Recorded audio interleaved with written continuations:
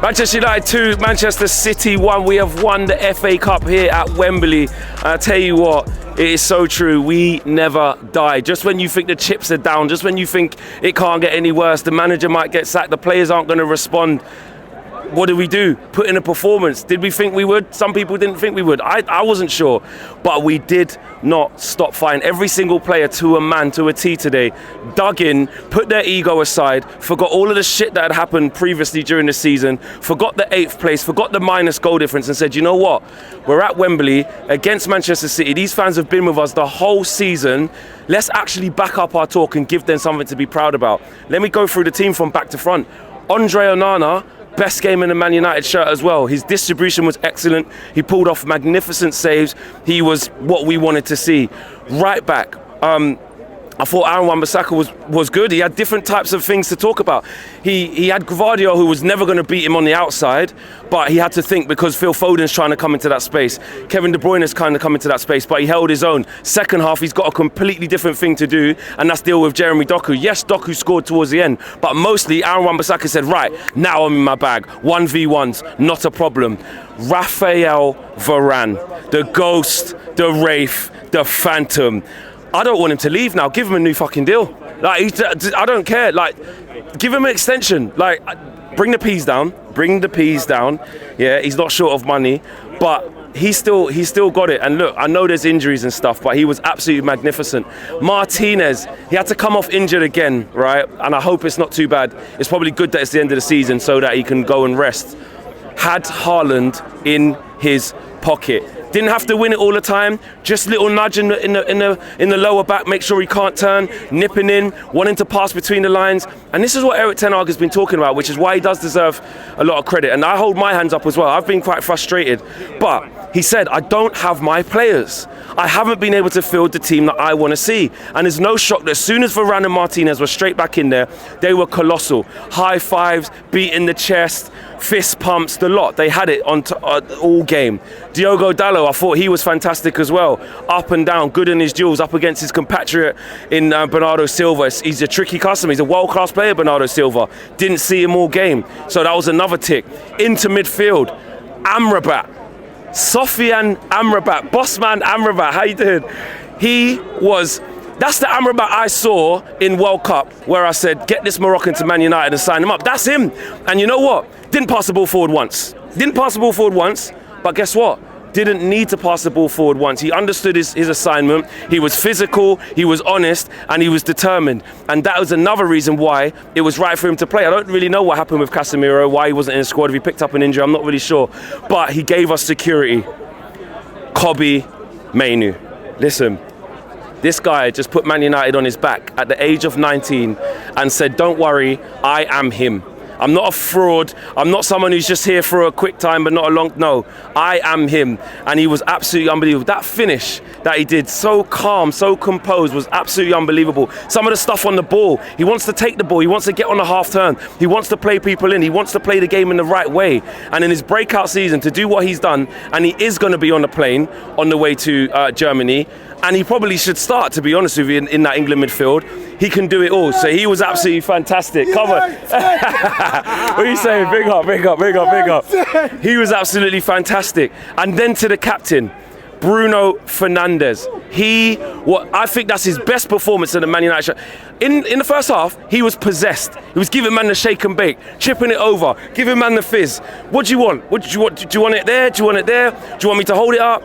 And then the pass for Kobbie Mainoo. A Bruno special usually is, not really looking what you're doing. Sometimes, giving the ball away. And that is why, no matter what you say about Bruno Fernandes, he turns up in the big games. He does. And he influences games. He creates chances, and he's got the know-how. Some of the passes he played today, if De Bruyne would have played them, everyone would have been singing the praises. I see De Bruyne get hooked after 65 minutes. After 65 minutes, where is he? Hooked, taken off. Biggest game of the season, taken off, 1-0 down, 2-0 down, whatever it was. Bye. Meanwhile, Bruno rose. The cream always rises to the top. So does he frustrate? Yes, he does. But he bleeds Man United. He understands what it is to play for the club. And he done talking before the game. Big Players Tribune interview. What did he do? Turn up at Wembley, back his talk. So he was fantastic as well. Who else was great? I got to talk about Marcus Rashford. I tell you what, I question the minerals. I said, I don't know if Rashi's got it in him to bounce back from not getting in the England squad, having a bad season, the lead up to this game, Newcastle and Brighton. I didn't think he had that much minutes, and I questioned how he was going to play. He was at it. He was making good runs. Listen, Kyle Walker's a cheat code. You don't know what you're going to get. You always know that it's going to be difficult to get past him. But he kept that threat, and that switch of play in the second, for the second goal was absolutely unbelievable. He was absolutely brilliant. Let's go to the right-hand side. Garnacho. This is a kid, right, who has been thrust into the limelight. He's had to play more games than a player of his age should do because Rashford has been bad this season, Anthony's been bad this season, Sancho's not here. He's had to go over to the right-hand side, which isn't his natural position, and do a job. And he done it to a T. Again, when he scores the first goal, it's a tap-in, but he's there, he's chasing things, he's making people have to play, he's making people have to think, and Gvardiol messes it up. For the second goal, again, he could just, rush, try and have a shot, try and have a cross. No, he picks out Bruno fantastically well and keeps his composure, even in the second half, having some shots at Ortega, forcing him into saves. So, again, a fantastic season for him, and he deserved to start this game today, and he put everything into it. Scott McTominay, listen, Scott McTominay may be limited in a lot of areas, right, in terms of on the ball, bringing people into play, getting involved in build-up. Fair play, I understand that. But what Erik ten Hag did is find a role for him. Every single goal kick, we went long to Scott. He's a focal point. Sometimes he took the ball down well and travelled with the ball, got us up the pitch, won a couple of fouls. Other times not so much, but again, he bought into the system. And when you're going to play against Manchester City like this, you need to be able to do that. You need to be able to be honest, and you need to be able to, find a resolution and put your ego aside. And then we made the substitutions at the right time. Don't get me wrong, Martinez was injured, but Johnny Evans came on, played his part, Lindelof did, and so did Mount. I couldn't be prouder of them. And you know what? After such an awful season, the inquest now will shift to should Ten Hag stay, should he go, etc., etc. And I know it's difficult, and you can't base things off of one game. But what I tell you is, in there, every single Manchester United fan to a T was behind him, and I've teetered on the edge. I'll be honest, I hold my hands up, but looking at it, I think he deserves a chance to make right what he made wrong. I do think that. I think he's got his players back.